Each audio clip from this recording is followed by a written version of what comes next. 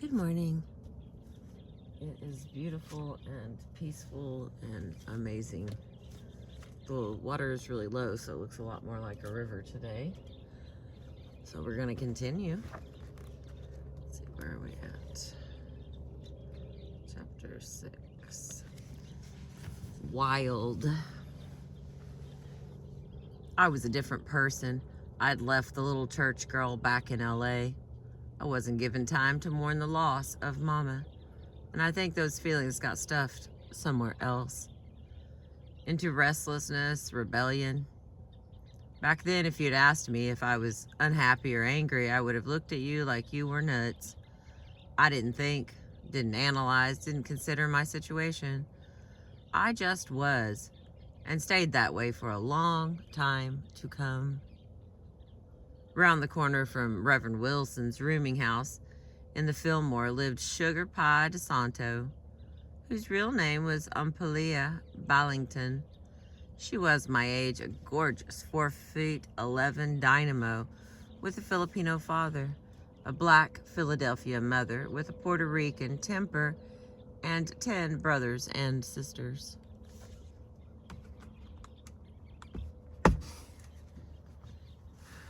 The sun is blinding me. Looks okay. Okay. This was one crazy family. I liked hanging around them. You never knew what would happen next. When the old man got mad at the kids, he'd put them in these big overalls and hang them on the door from a nail, leaving them hanging all day. Sugar Pie and I ran in a gang together. Later, we'd wind up recording together. And she was so fine that every dude in the neighborhood was looking to get next to her. Quite a few succeeded. Weed was 50 cents a joint. Wine was cheap, and so were the thrills. Me and my girlfriends would find some boys, go to someone's dark basement, turn on the red lights, and scrunch and wiggle all night. Everyone sweating and rubbing up against each other. We'd be listening to Lowell Fulson, Roy Milton, Amos Milburn, and Ray Charles singing about "Baby, Let Me Hold Your Hand." Ray's shit hit me hard and early. Like Professor Hines, he turned out to be a mainline model, a man who sang from his guts. Unlike Sugar Pie, the boys weren't chasing me down. I was far from the first of my friends to lose my virginity. I'll tell you about that in a minute. But I was experimenting by touching and being touched, getting a feeling for what bodies were all about. Our girl gang was bold in the Fillmore. We called ourselves the Lucky 20s, and I pulled off some cold-blooded stunts. I'm not proud of what I did, but I did it all the same. I'm thinking of those times when we'd chase after white girls. Sometimes we beat up on gals from foreign countries, anyone different from us. That's how I wound up in the school for juvenile delinquents. It was all about jealousy. One day while we were playing volleyball, the boys were gawking. Trouble is, they were ignoring us and focusing on this one chick we figured was Mexican. She had long, lustrous hair that sparkled in the sunlight, and the guys were calling out, saying how fine she was. Well, we hated hearing that, so we jumped her, pulled her hair in chunks, pushed her down a flight of stairs, and wound up breaking the poor thing's arm. It turned out she came from Spain, but we were too ignorant to know the difference between Mexicans and Spaniards. They threw my ass in the juvenile for 30 days, where I went to class with mongoloids and a variety of hardcore criminals. At the trial, we lied and told the judge the Spanish girl had called us the N-word. The judge believed us and dismissed the case. I was still on the verge of being dismissed from the school system altogether. I'd been living with Dorothy, who was running an elevator at the downtown federal building.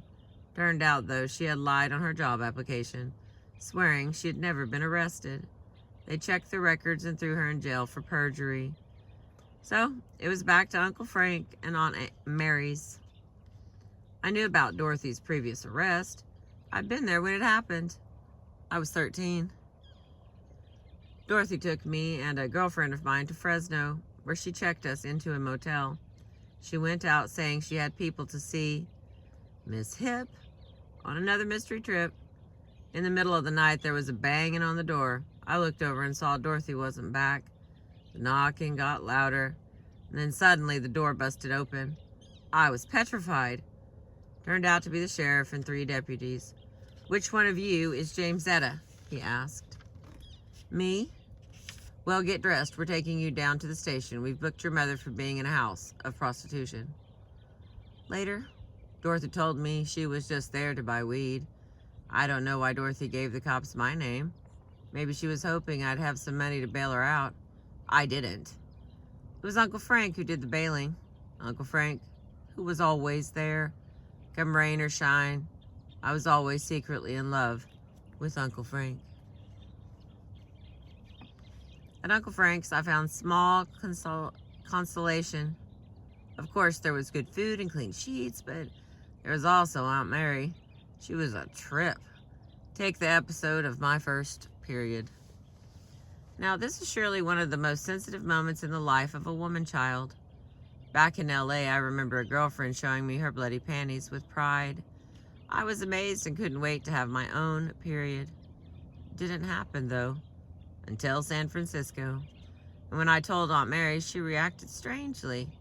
She insisted on taking me to the doctor so he could check my cherry. Aunt Mary wanted to make sure I was a virgin. I was, but I didn't want no doctor poking around me. Fuck the doctor. Uncle Frank also thought it was a dumb idea, but Aunt Mary had her backwoods way of thinking. She insisted on knowing, saying how the projects were wicked and wild and she didn't want to be taking care of no devil's child. So we went, the doctor confirmed my virginity, and I got to stay with Uncle Frank a little longer. Until I came in so late one night, Aunt Mary shipped me back to Dorothy, who was out of jail and living on Height Street. That's where we had one of our worst fights. I was tired of my mother's madness, sick of her running around. She could be so cruel. One Sunday morning, I was half awake when I heard this terrible moaning coming from the bathroom. Like Dorothy was dying, I ran in there to find her seated on the toilet, convulsed in a position just like I had seen Mama Lou. My heart dropped. I knew she was having a stroke like Mama had suffered, where I'd have to carry her and hold her down, the very same sort of massive stroke that had freaked me out so bad before. I ran over to try to pick her up, and just when I had her in my arms and was carrying her out of the bathroom, she started laughing. She'd been joking. She'd remembered my description of how Mama had fallen into her stroke on the toilet seat, and as a lark, she was reenacting it, just to get my goat. Well, brother, she got it. I went off. I started crying bloody murder, saying how I'd never forgive her for scaring me so bad.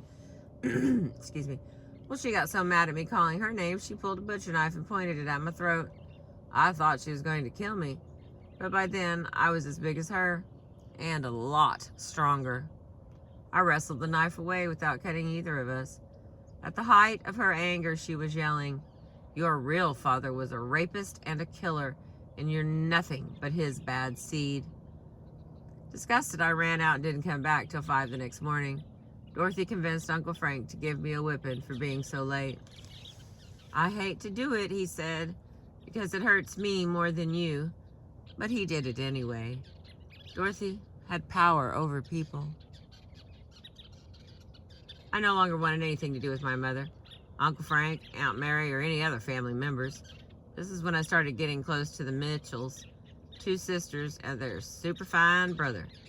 It's also the start of the musical story that led me away from home.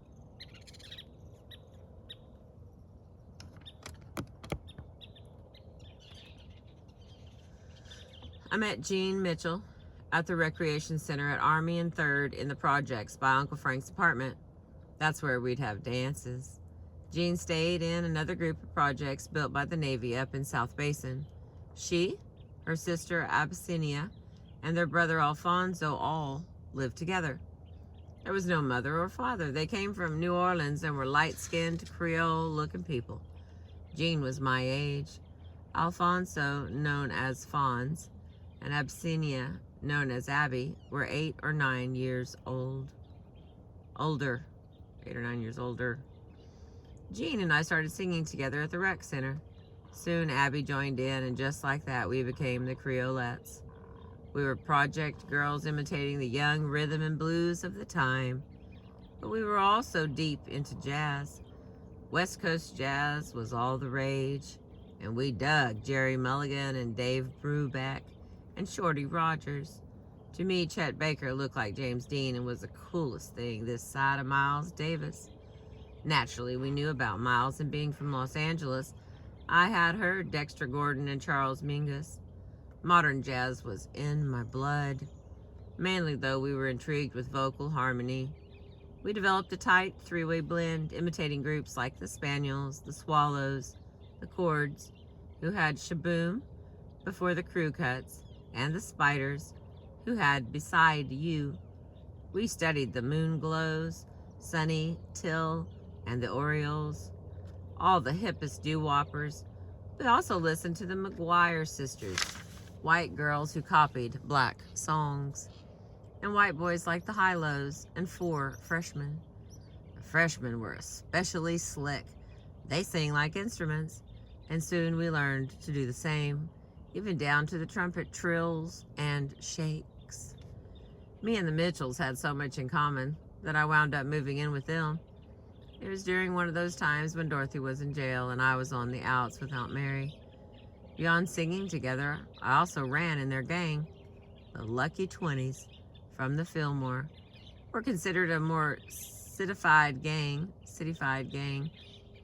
Jean and her bunch were a bit tamer, but the Mitchell who interested me most was Fonz. He was my main motive for moving there.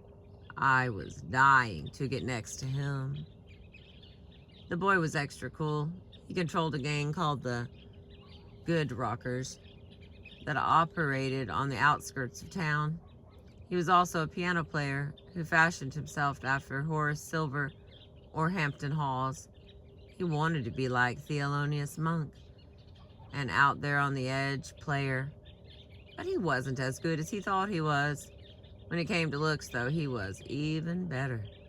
He had these long eyelashes that laid down over almond-shaped eyes, sleek wavy hair, and a tall, slim frame. He looked a little like Billy D. Williams, only more rugged. He was the beautiful brother who took my cherry. I was 14, Fawn's 22. The first time was quick and icky, nothing exciting. Looking at him was more exciting than loving him. I sure as hell didn't know what I was doing, and he didn't seem all that interested.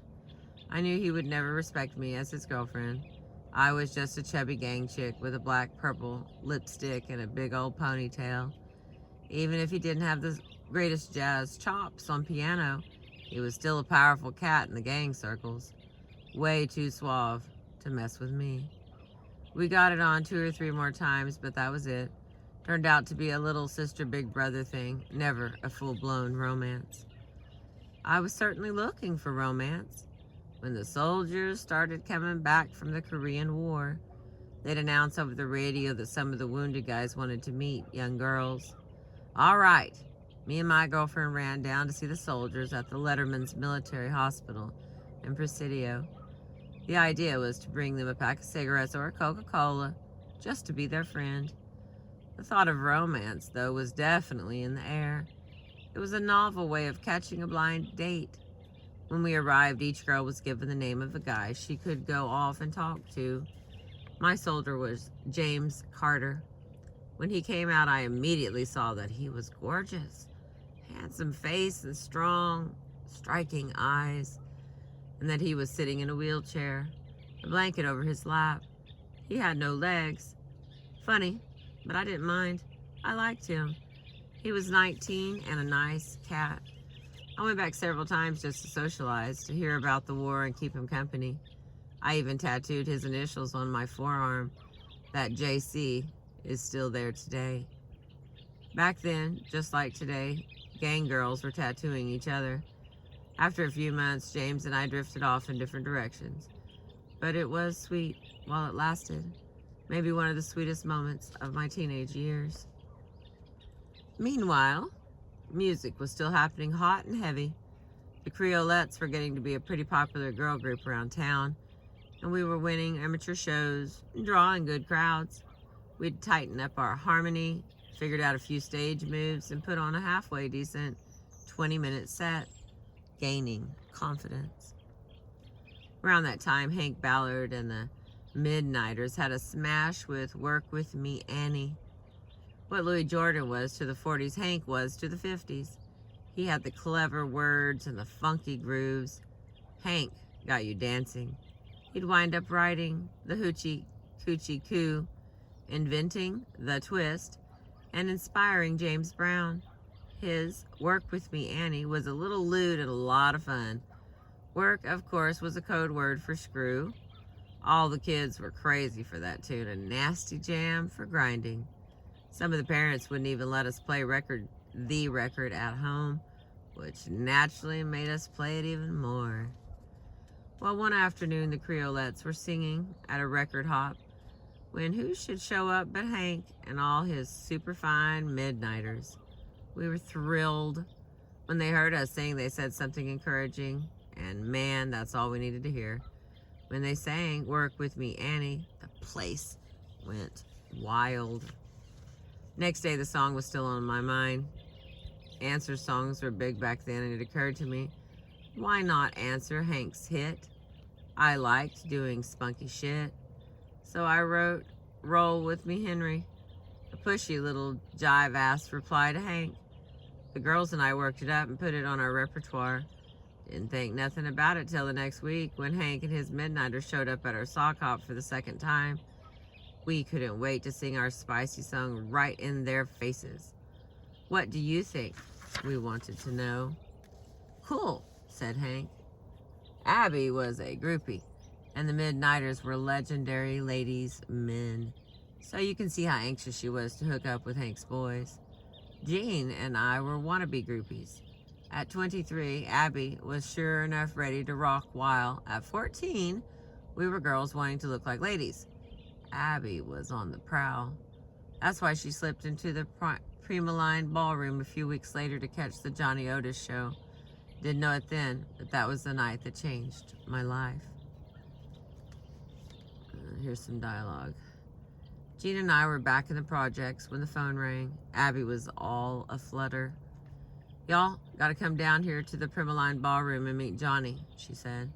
Johnny who? I wanted to know. Johnny Otis. Johnny Otis was an LA band leader who put together jazz and R&B reviews.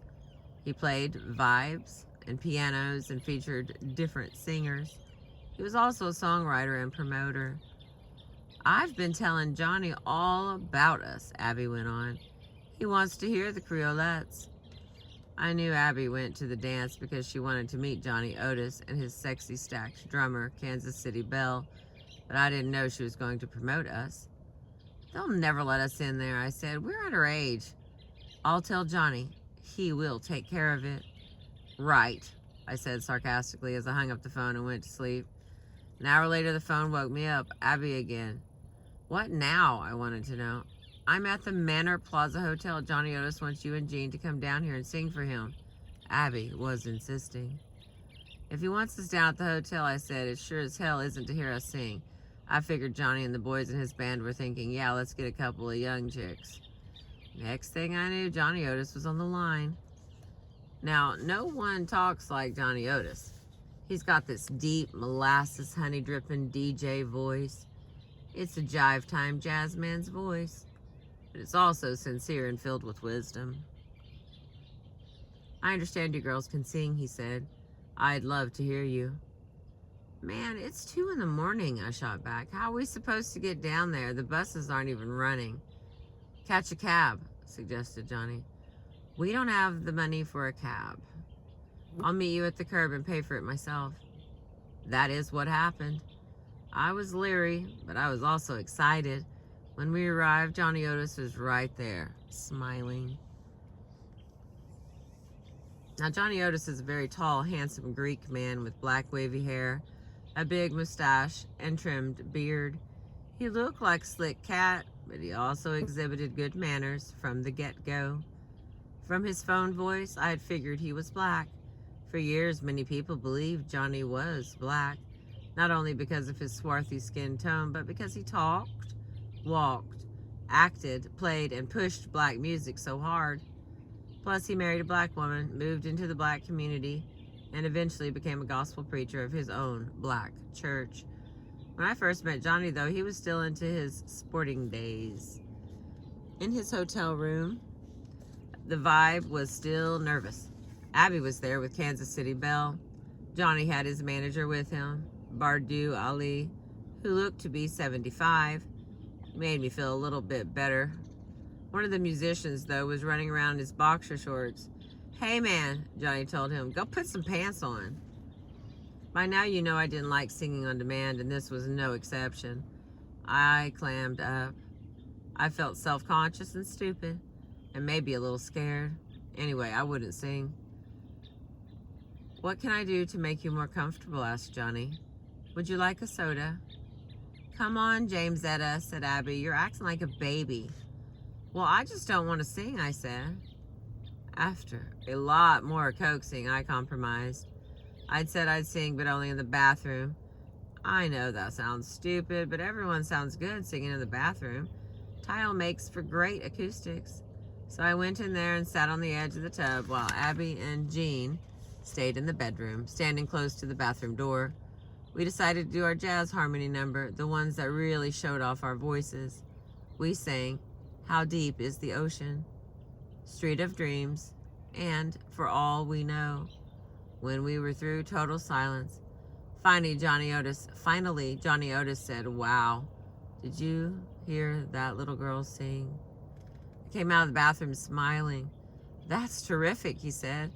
"I want you to ride back to LA with us tomorrow. I want to put you on my show and make some records with you." Without a doubt, this was the most exciting thing anyone had ever said to me in my life. But Johnny's next question nearly threw me. "How old are you?" I looked at the girls. Jean gave me the eye. 18, I lied. Johnny knew damn well I was lying. "Can you get your mother to give you permission to travel with us?" he asked. "You'll have to bring a note from your mother. Is that a problem?" Dorothy was in jail, but fuck Dorothy. This was one adventure I was not about to miss. "No problem at all," I said. The next morning, Jean, Abby, and I arrived at 11 sharp. In my hand was a neatly written note from Dorothy, giving me the okay. I had forged it. I was happy to quit school and say bye-bye to the 9th grade. Hell, school was about to quit me anyway. I was on my way back to LA, heady with anticipation. At 14, my childhood had ended. And then here's the last two paragraphs. At 15, my professional recording career had begun. Johnny Otis turned out to be much more than a promoter and a musician. He's a guru, a man with an encyclopedic knowledge and appreciation of black music. He sees its wholeness, from gospel to blues to jazz. Johnny says things like Lightnin' Hopkins and Max Roach aren't first cousins, referring to the country blues singer and the bebop drummer. They are blood brothers. Add to his cosmic vision a street hustler's sense of how to sell, and you have some notion of his stature. Johnny's finger was on the pulse. Some people accused him of stealing songs, and I do believe there's a little larceny in all of us. But basically, Johnny loved the artist more than money. He discovered incredible talents like Esther Phillips, a little girl working on his chicken ranch. Actually, Johnny is a hell of a farmer, a man who raised chickens and cultivated apple orchards out in Watts, made delicious organic apple juice. Johnny loves nature. He can do most anything. I dug how Johnny Otis reinvented himself as a black man. People took his great shading as Creole, but Johnny took it even further. He viewed the world, and especially the musical world, through black eyes. His soul was blacker than the blackest black in Compton. He also knew what it took to make an artist. By coincidence, he also discovered Sugar Pie DeSanto and gave her that name. I had a genius for hip names. Johnny could name a person in a minute. Sister Suki, Handsome Mel Walker, Little Esther, Young John Watson, Shorty Long, the Mighty Flea. Johnny Otis turned the Creolettes into the Peaches. He also re-christened me. He was the one who flipped everything around. And that is the end of chapter 6. I've been reading you from Rage to Survive, Etta James. Thank you for being with me. I appreciate you.